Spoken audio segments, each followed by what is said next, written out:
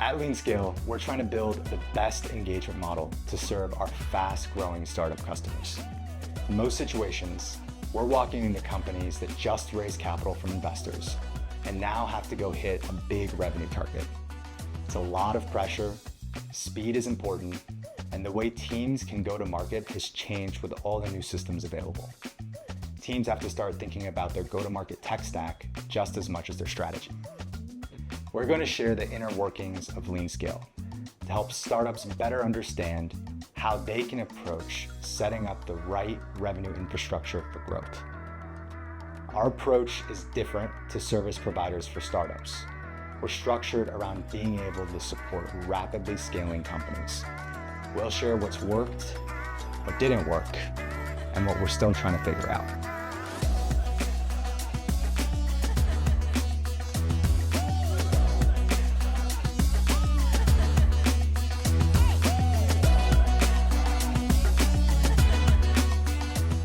All right, guys, I think one of the interesting things that we don't talk too much about is the behind the scenes at LeanScale, the inner workings, how we've built our engagement model, how we serve customers, the type of customers we serve. So I thought it'd be really helpful to just have a conversation about some of the things that we're doing to tailor our service towards the problem that we're solving.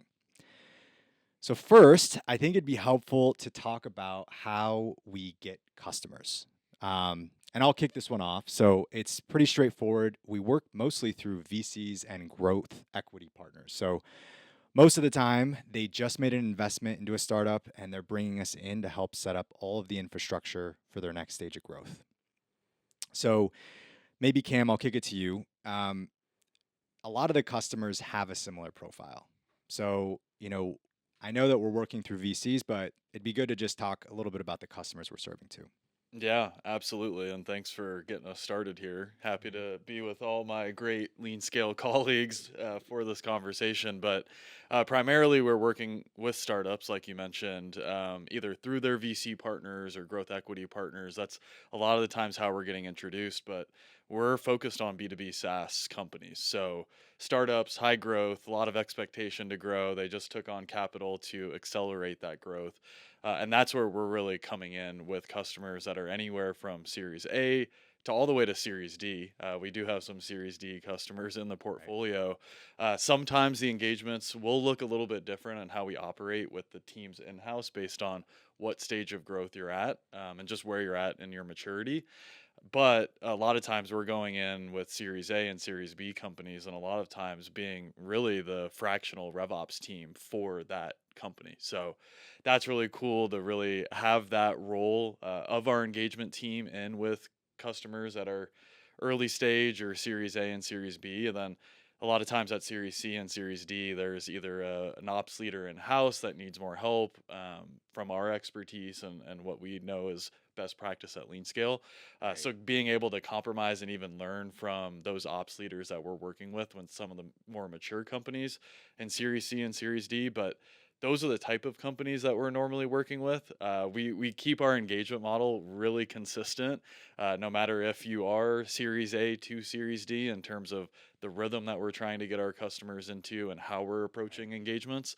But it can look a little bit different based on what a team or organization may have in house versus some of that early stage stuff that we always know is fun to work on, where we're rolling up our sleeves and really being almost everything as it relates to RevOps for some of those early stage VC or B2B startups that we work with. Yeah, it's easy stuff. It's easy. That's No, it's a lot. It's a lot. I mean, I think you touched on the problem there too, but I mean, Jake, we see this a lot. Like, there's a big problem at each stage. To Cam's point, they just came off fresh of a fundraise. It'd be good to talk about some of those things that we kind of see as constants. Yeah. Yeah. I think, whom amongst us hasn't been handed $1 million investment and said, hey, you need to 5X your business in the next year? Yeah. It's a stressful situation all around. And you really have to understand, are my systems, are my processes built to handle that kind of volume? And to look at that in a silo and try to understand how you're going to reach that goal, it's extremely hard. And I think that's where we come in as an exponential value addition, is really taking a holistic approach, starting at the top with our architects. So that's where we want to bring in first, is really getting an architect's opinion on your entire GTM stack. It's really understanding where your break points are, where we need to optimize for your next stage of growth, and then implementing that quickly and seamlessly so that there's no disruption of business. I think Right. that's one of the biggest fears for a lot of RevOps leaders is I've got this funding, I know I need to invest, but I also cannot disrupt my business. I don't have the time, I don't have the funding to slow down. We have to keep pushing. So I think that's where we come in and really, I've said this before, but we just want to be the easy button. Right. We want to be the people you call in, you press the big red button, and you know that it's going to be solved. 100%. And I think we didn't always have the model perfect. We're always talking about this. And Bernardo, you've been here since literally day one. I kind of wanted, before we peek fully under the hood of the current model, it'd be good to talk about some of the stuff that we did early on, Mhm. you know, kind of how we had a one-to-one engagement, some of the things where scalability started to kind of creep up, and some of the changes we made had to address that.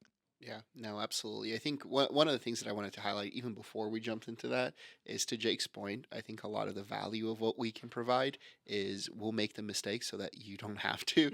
We learn from Right. all of the engagements that we're on. We're constantly honing our best practices in terms of what we're seeing, being able to track it across multiple companies, what works, what doesn't work, where the failure points are. And then obviously we apply it internally as well, Right. which comes back to your original question of how we originally started. It was a very lean model, pun not intended, uh, in which we kind of expected people to be superhuman, right?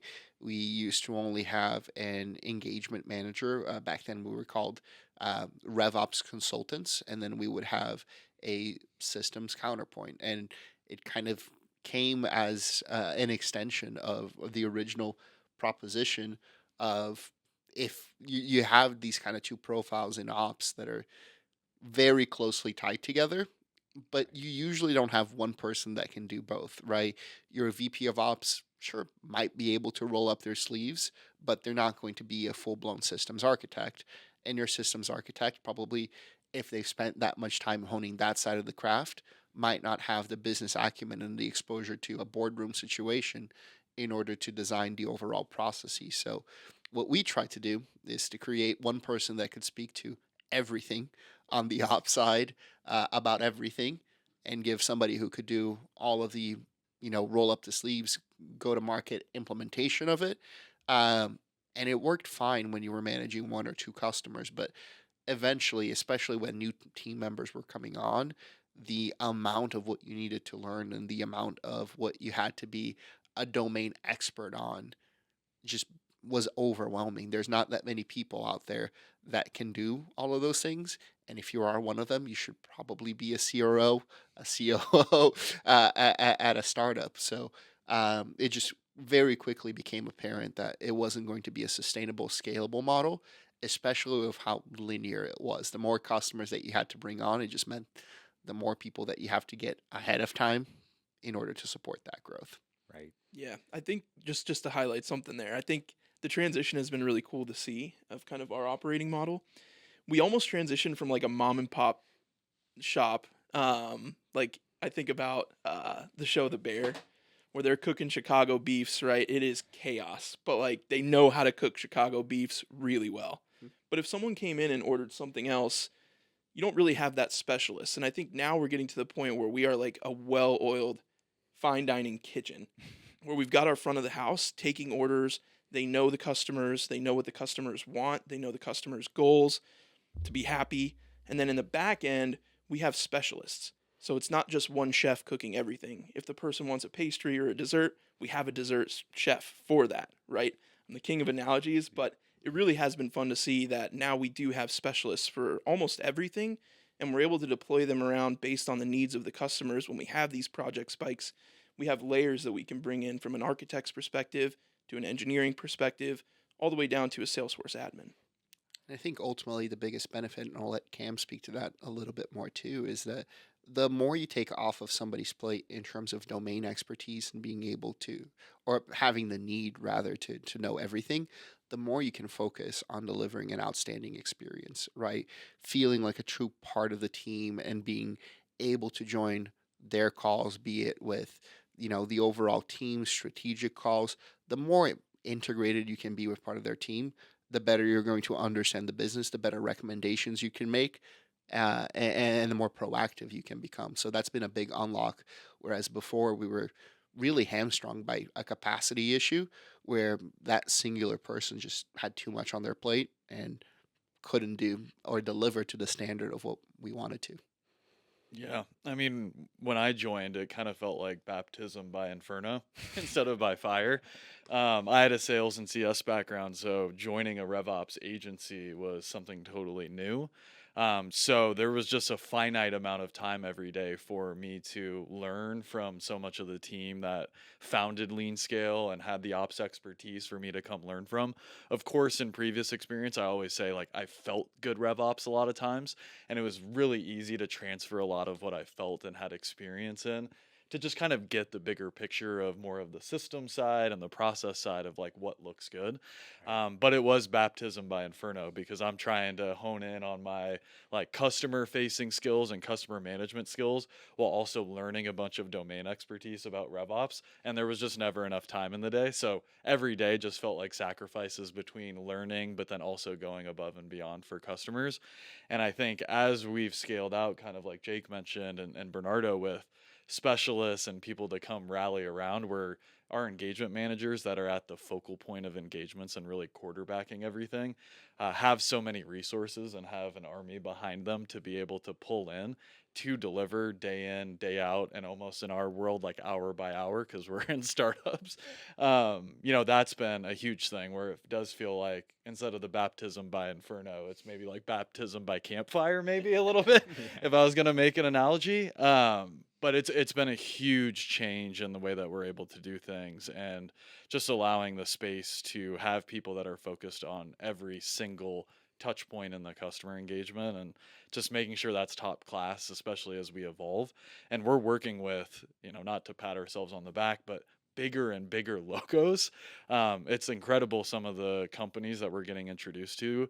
And I know we're working in startups, and there's a lot of unrealized potential for these companies, but we get to work closely with them, and we know their potential just by being so deep and collaborative with the team. So to have the kind of people that we have at LeanScale now to come in and share expertise in certain domains has been largely helpful. It's helping us get a lot more sleep, I think, and also making time feel a lot more realistic in how we're able to use it.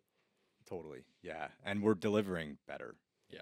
Less spread thin. It's tough. But yeah, I think what's interesting is it's a really big scope for RevOps. And I know we've talked about it a bunch, but it's like sales, marketing, CS, partnerships, and then you got all the other sub functions, and then you got go to markets. So you got product led, partner, ecosystem led, and sales led. To have the experience across all of those different go to markets, and it's just like it's impossible. So I think that's really a cool perspective we get, because I feel like we're at the point where it's like not a lot of people or teams have seen 50 plus go to markets. So that's a really cool part of it. But I think one of the biggest parts that we've realized, especially over the last couple of years, is the technology. It's getting way more sophisticated, and the tools are getting, I used to think of RevOps as like Salesforce, your CRM.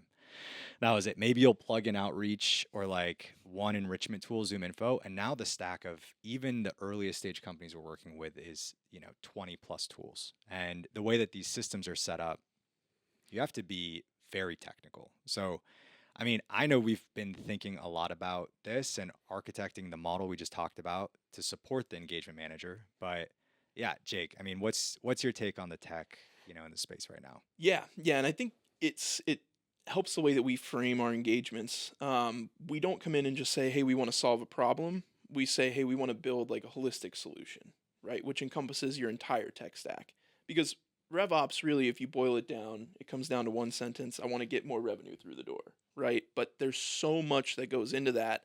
It's easy to just put a band-aid on one specific problem, but not think about the holistic picture of all these tools and how they're tied together. And I think we touched on this in another podcast, but how you utilize a tool to maximize the value of that tool is extremely important. I think we see a lot of customers and a lot of people in the industry buying tools and not really understanding the true value add. And then your tech stack just gets bloated and you don't have clear delineations for when a tool should be used over another tool. And that gets harder in budget discussions. So it sometimes can be us coming in and saying, hey, you really don't need this entire stack. I think we see a lot of people just get overwhelmed with the amount of tools that are on offer and thinking if I don't have something, I'm missing out. But maybe there's a better solution that can consolidate 2 or 3 of those tools into one platform. So I think that's a really unique approach that we have, is understanding the key benefits of almost every tool in the space and really being able to maximize the effectiveness of that for our customers. Right. And it's changing the strategy too. I mean, now that these are available, like the way that we're approaching things like ICP and TAM has changed with tools like Clay. So I think being able to distribute that knowledge is really tough. And I know, Bernardo, the strategy team's kind of our take of being able to bring in all of the stuff that we're helping on the front lines, all of the tech, and then building these blueprints that we can distribute to the EMs. So it'd be good to just talk a little bit about that and, yeah, from day one, how it's changed and why that's been able to help us scale. Yeah, so one of the newest functions that we have recently introduced at LeanScale is the strategy layer, and it's primarily responsible for two primary domains. It's the customer-facing best practices, the strategic projects that require the most distance from day-to-day operational management. So these are going to be things such as when you're first onboarding a customer, if you're doing anything that's related to end of year or beginning of year planning, territory design, commission plans, ICP TAM, those kinds of big picture initiatives that are very much in the RevOps domain and have a immeasurable impact across the go-to-market organization, but they're not related to the day-to-day operation of the company. That's something that we've recently created a dedicated team to tackle those projects and give some slack to the day-to-day team so that they can focus on that. One of the issues that we originally had before is because one person was responsible for both of those areas, it was hard to create the adequate balance of we want to take on these bigger projects, but now your day to day is taking a hit and vice versa.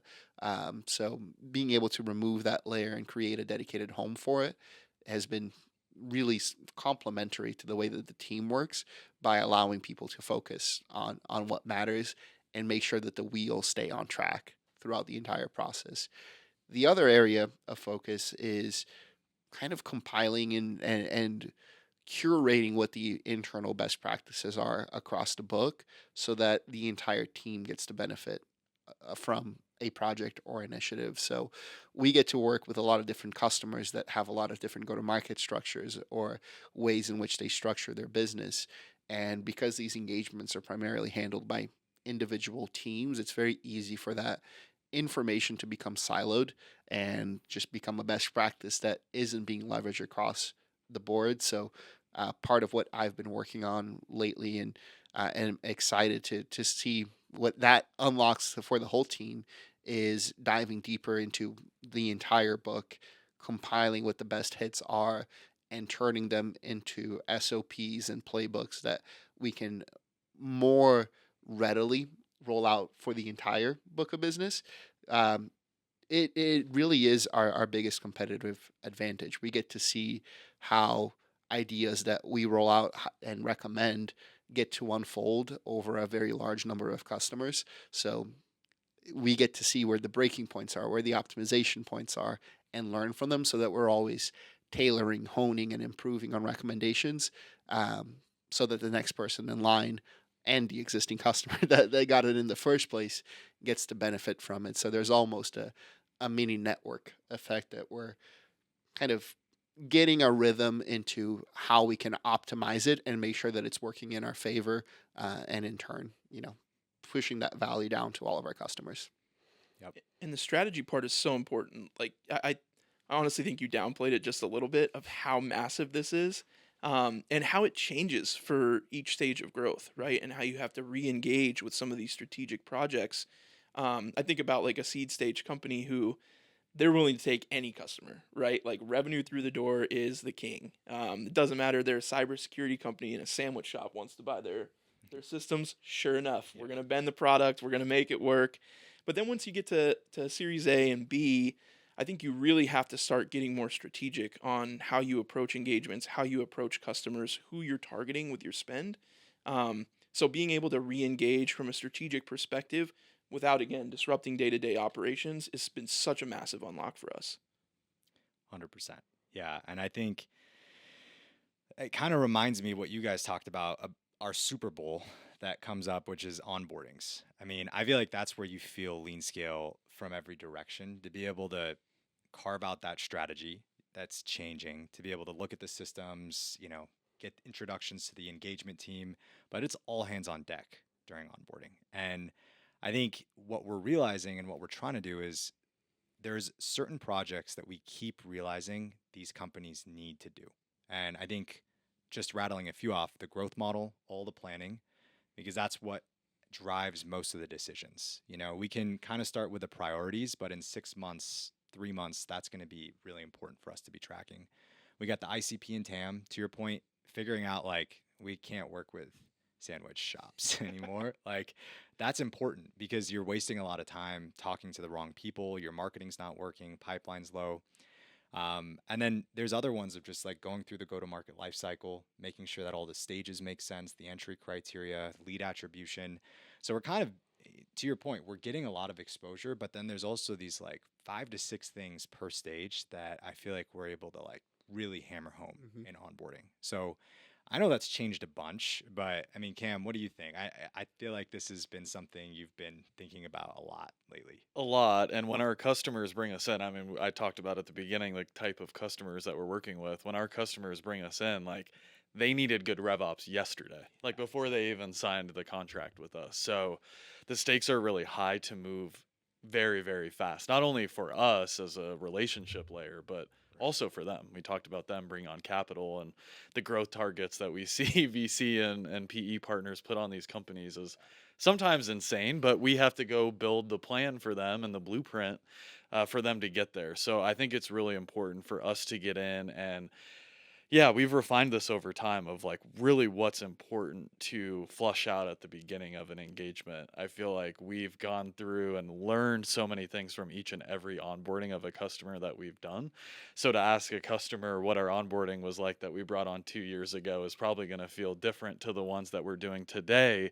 We eventually got there, but I think we've learned so much on how to just streamline to get the customers to almost have a viable product for RevOps that they're able to not only feel comfortable with from a leadership perspective, but also from a ground level and IC standpoint.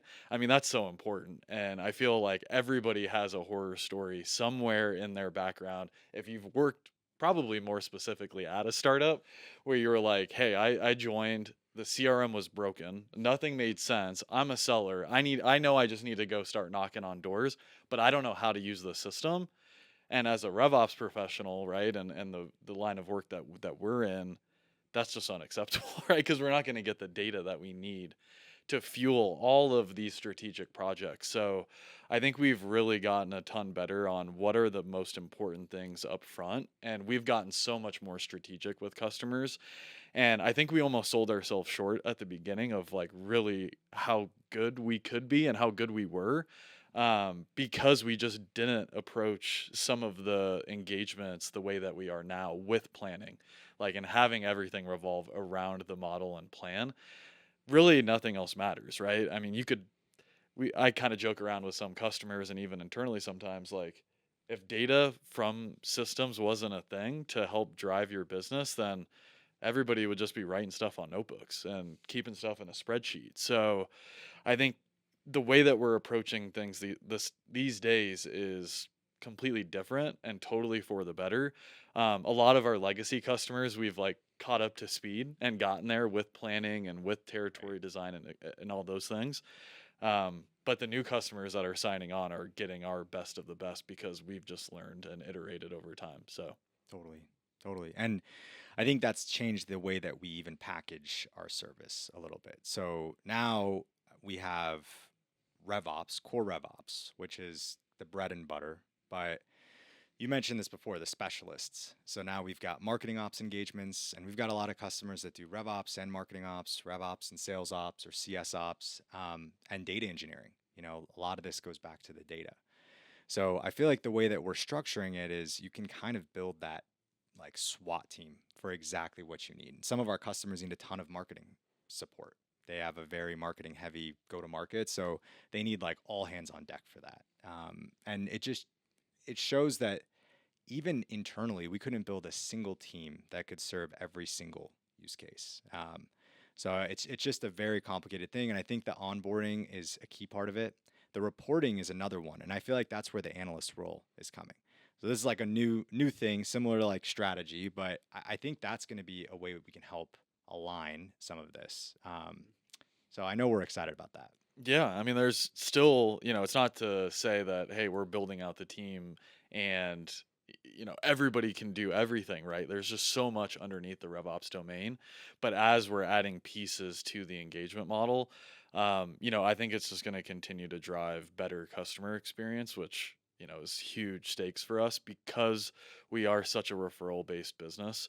Right. There's very few logos, if any, that we've gotten that haven't been from VC relationships, PE relationships, or outstanding work and relationships with current customers where they're introducing us to their network. So to be able to create avenues for the engagement managers, really, to say it bluntly, to really build out the best client experience possible in a services environment is the most important thing. And obviously, you mentioned onboarding; it's so important. We're B2B SaaS onboarding in that way. Like everybody knows for a long time that customer success has grown in stature and importance, especially over like the last decade. Because of the importance of getting somebody up to speed on the product. It can't be just sell and forget and hand them a knowledge base and goodbye. So that's kind of where we're at, right? It's like, how do we just invest so much into the onboarding to get things right from the jump? And then, I think we have a good feel of each stage of growth and where you're at in that trajectory and where we need to start improving and augmenting things as we go along. Yeah. Yeah, and I think we've gotten a lot better at taking a data first, a data driven approach to customer onboardings and really everything that we do. I think for a while it took a good amount of consulting hours before the engineering team would get involved in earnest. We had to figure out where the gaps were, what the problems were, what systems we were dealing with. And now it's really having the architect team come in and define all of that and come up with like, hey, here's where the gaps are so that we can hit it day one with recommendations for updates, hit the ground running, and just overall increase that time to value. I think even on the growth model, we'd ask, well, what's your conversion percentage? It's like 20%. That sounds good, but let's go check. It's like trust but verify. I think I said it my first couple days at LeanScale. In God we trust, all others bring data. And that's just something that's driven me in my career to really validate and to let people know where they're at. I think that's super important. A lot of assumptions are made in early stage startups, but pulling back the curtain and letting people know with confidence where they stand has been a huge value add for us as well. I think it all comes down to just, I think what you mentioned there, that first time to value. And for us, a lot of that first time to value is a combination of very tangible things, but also a lot of trust, right? I think everybody has worked with consulting companies before where it felt like they were very kind of ethereal. They were there to tell you what to do, but not do things. Or if they were doing things, they couldn't, come up with anything on their own. They had to be actively managed. So for us coming in, I think one of the important things that we want to establish from the very beginning is we're the right people for the job. We understand your business needs and we want to be transparent with where you are, what gaps you have, and what needs to be done, what that roadmap looks like, and maximize the velocity in which we can go from wherever stage you're currently in, day zero when we come in, to somewhere that feels very stable and productive to your environment, with the understanding that we live in a RevOps world and you have aggressive growth goals and things are going to change. So there's always going to be iterations of something, but the faster we can get you from point A, which is you needed ops badly enough to give us a call, to you feel really good about having the infrastructure, the visibility, and the data to run your business, keep your stakeholders in check, and have happy people out in the field that are not trying to slam their keyboards over having to do things that don't make sense in the systems. The sooner we can do that, the more trust we buy, the happier we can get a customer right away. Yeah, completely. And we should talk about hiring before we wrap up, but just to kind of go through again the engagement model. So we've got a customer, they've got an engagement manager. The engagement manager has engineering team, so multiple engineers. They also have an assigned engineer, and they've got an architect that they go to for anything that's super technical. They got the strategy team to go to for the technical RevOps work. And then they've got an analyst to go to for all the reporting needs. um, I think that's kind of yeah, it kind of helps back up the fact that this is just such a wide scope. Like you need like 6 to 7 people to cover all the bases on that. So yeah, it's important. And for us, I mean, our product is the people. We could have the best model ever. And if the people that you're working with, it just doesn't work, it doesn't matter. None of that matters. We could have the best everything. But I know we spend a lot of time talking about it. One of the things I think we've really focused on is getting startup people in. So it's not ethereal and they know that we're going to roll up our sleeves and actually do it. But we've been doing a lot of hiring. What's some of the stuff that I feel like we've learned and now that we're prioritizing with, people we're bringing into this type of environment? Yeah, I think the biggest one, and you've mentioned it, I think other people on the podcast here, I mentioned it, is around pace. Like startup people matter. It's a whole different experience to be in a profession where you're building a company. And that's anywhere from Series A to Series D. I mean, it's different stages of growth, but you're still building to an exit, hopefully, for everybody. So I think really vetting out what the experience looks like, and then really getting people that are very customer centric. So finding ways to even isolate in the interview process, what's your experience being external facing? I mean, just like hiring for a CS role, if we were looking for a new engagement manager, it's kind of understanding, do you have any, even if it's retail experience or something along those lines? I mean, we even go as far back as that. And just making sure we're bringing people on board that are very customer centric, no matter where we're going to put you in that engagement model. So whether you are the EM and really quarterbacking the whole engagement, or even looking for that in other roles and just how you're serving, because we're serving, again, like I mentioned, hour by hour, day by day, week by week, keeping an eye on the strategic, but it's really just people that we feel very comfortable with, that they're ready to roll up their sleeves because, we're still a small company, we're still young, growing quickly, but we need people that are ready to come in here and just be a sponge and learn and learn and learn, and then just really be relentless and executing for customers all the time. I think Oh, two things that I'd love to add on top of that is I think you need to be adaptable uh, and humble, right? I think the virtue of or working within the startup world, you have to be a little bit comfortable with the chaos that comes with it, right? What looked good yesterday might be completely different than what looks good today, just because of the direction the company is going or any kind of change. It's a very fast-paced environment in that sense, not only from a amount of work that you have to deliver, but the nature of work that you deliver. So being able to detach from, I built something that I thought was really cool yesterday, but now it no longer meets the criteria. Okay, let's learn from that, roll out something new, and be able to keep the pace, keep it going, and always look to innovate in that sense.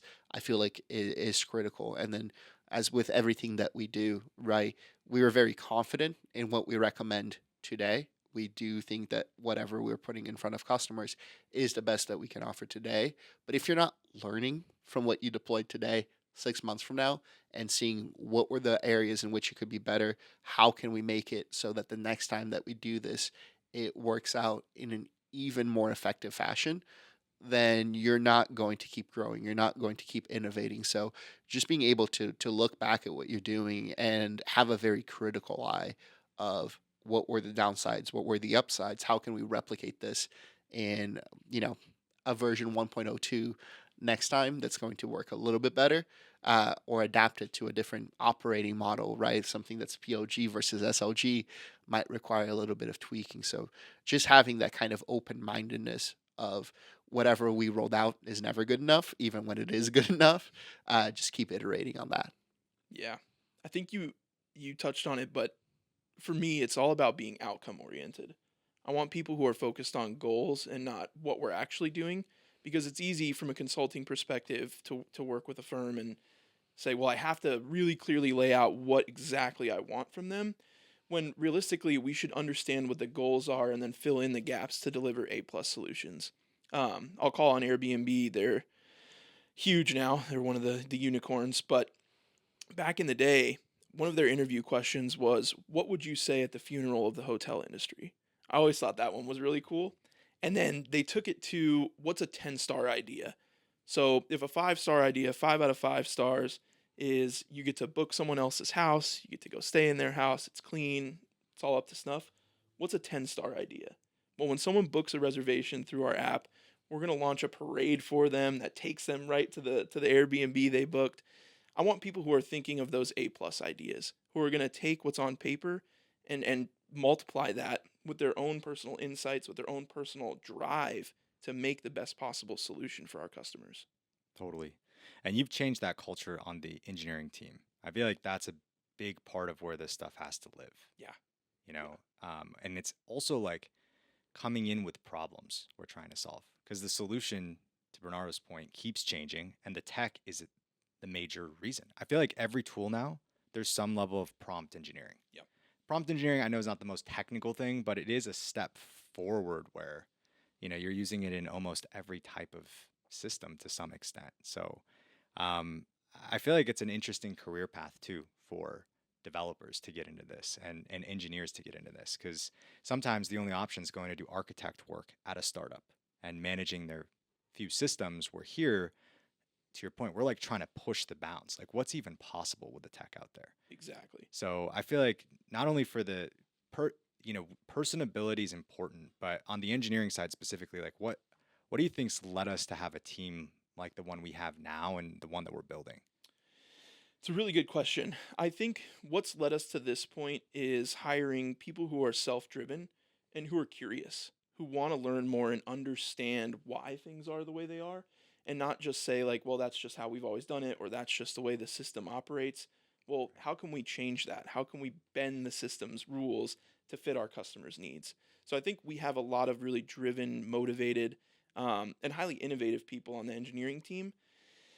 Where I think it's becoming more and more attractive is getting out of the Salesforce silo, getting outside of the CRM to these external systems and tying them all together with holistic strategy. That's something that's super appealing. Even if you've been doing Salesforce for a really long time, it can be really attractive to get out of that ecosystem, to understand what else is out there. How can I make Salesforce work even better with these other tools? Being driven, again, to take things to the nth level, to level up all the processes, all the systems, and really to optimize them for each individual customer. I just see that as our North Star of getting really, really highly motivated engineers who want to learn more and want to become experts in various systems and not just be in Salesforce. I think that's ultimately the goal. 100%. Well, this was great. I think just to kind of recap, you know, we're serving startups growing fast. They need to rebuild infrastructure. It's a team approach. And I think the way that we're building the engagement model and the way that we're hiring is, you know, something that I feel like we need to keep talking about, because we work on this every other hour that we're not working with customers. So I thought this was great. Thanks, guys, for the time, and see you next time at the new LeanScale studio.